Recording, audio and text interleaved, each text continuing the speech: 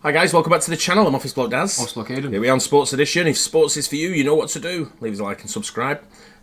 People are waiting for the Penn State video, Aid. A lot of comments saying, when I thought you went to Penn State. I thought you went. What's going on? So, be out this week.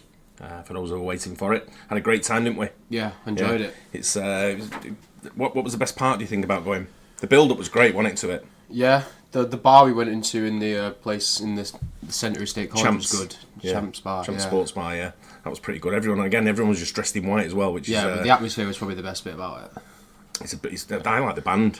Every third down that Washington had, they didn't have a chance. No, even the first down, I think, didn't he run out of time on? Was it the first down? So like he had his hands on his helmet, trying to listen, then he called, there was a penalty straight off the bat. But great game to go to. Anyway, back to some reactions here. Jomboy, we like Jomboy, don't we? This is Brian Kelly screams at LSU receiver Chris Hilton Jr. because he keeps jumping. Here's the breakdown. Let's go. Funny guy, Jomboy. LSU versus Florida. We got number 3 going in motion. Chris Hilton Jr. It's the first time he's going to be targeted in this game. QB drops back, finds him, deep ball. He jumps early, and it goes down. And then defenseman says, "In your face." This breakdown is brought to you by Mountain Dew. And then he's upset about it. Let's take a look. He's running. He jumps just way too early. He's coming down, and the ball's not even there yet. I don't even know if he needed to jump, and that's what the coach is saying. Brian Kelly says, "Why do you keep jumping? I told you to stay on your feet. Don't walk away from me. You better be coachable. Who the do you think you are?" And a lot of people saw that, and they were like, "Damn, that's harsh. That's mean. You know, you better be coachable. Who do you think you are?" But I was just very intrigued by the first 2 sentences. Why do you keep jumping? I told you to stay on your feet. Why do you keep jumping? Why do you keep jumping? So I had to go back in the footage of Hilton Jr. Is he a jumper? He got a case of the jumps. Now, he had an ankle injury, bone bruise, sprained ankle. It was very interesting. They couldn't really, they were like, we don't know. It's a confusing injury. So he missed a lot of the season. If you've got a problem with your ankles, you're not really wanting to jump much. Yeah. You probably want to do the opposite, right? Probably. You're coming down on your ankle. So, yeah. He came back in the Alabama game and I think he got 2 targets. This is the first one, and the ball goes nowhere near him because it got batted at the line of scrimmage. Bam, right off the finger there. So he's on the ground. No jumping there. The next ball, we're going to roll out, find him, and he dives for it. Yeah. And I think that's a play to run it out to the sideline, and he's just like, yeah, okay. And Brian Kelly throws the hands on the hips and shakes his head. And maybe he's saying, stay on your feet, just keep running. Don't slow down to dive, and maybe you can catch that in stride as you run out the sideline if you're full sprint the whole way. I don't know, I don't know. But he left his feet. Let's go to the next game. They're playing Texas A&M. They're up 10-7, and he's actually going to get a bunch of looks in this game. And the first one he gets is a deep ball that he jumps. Oh, my God. It looks awkward the way he's doing it, doesn't he, as well? It's like he's jumping so early every time. But is he looking for the spectacular or something? Yeah, he's trying to do a Hollywood catch every time. Yeah, weird that. And jumps too early and doesn't catch it. So our guy might be a jumper. Look, that's when he's his highest and the ball's nowhere there and he's coming down and then the ball is there. Could have been intercepted. So, yeah, that was a bad jump. Okay, they keep throwing it to him. He's going to get just in the flat here and catches it. But if you noticed, he jumped to catch that ball. His feet were not on the ground. No one was around him. Ground those feet, catch, turn, and run. They're going to go back to him a little bit later. Very similar play. Leaves his feet again. Doesn't catch it. Brian Kelly's like, duh. Why? And then this one, they're going to find him on the sideline again. And again, he jumps and just a mistimed jump. He's just early.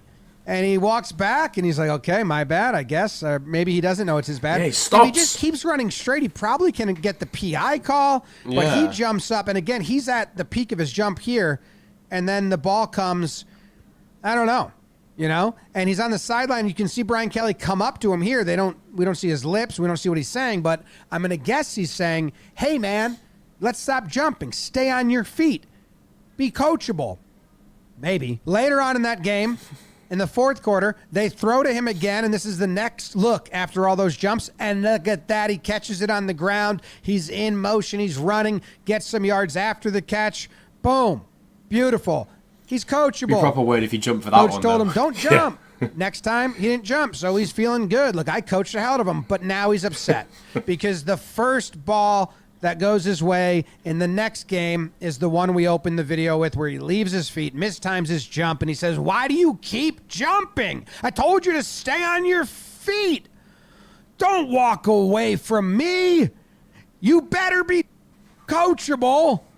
Who the do you think you are? So let's see how the rest of this game played out. It's tied 10-10 in the third, and they're going to give him some more looks. Not that many. This is a deep ball, and stays on his feet, doesn't jump, overthrow him. Way too deep. The next one, play action, drops back, running back picks up the block nicely, and he jumps for that one. That's a bad throw. Defender was there. Although, like, he does slow down a ton while he's looking for the ball. But, yeah, that's not on him at all. But he just jumps. He does jump.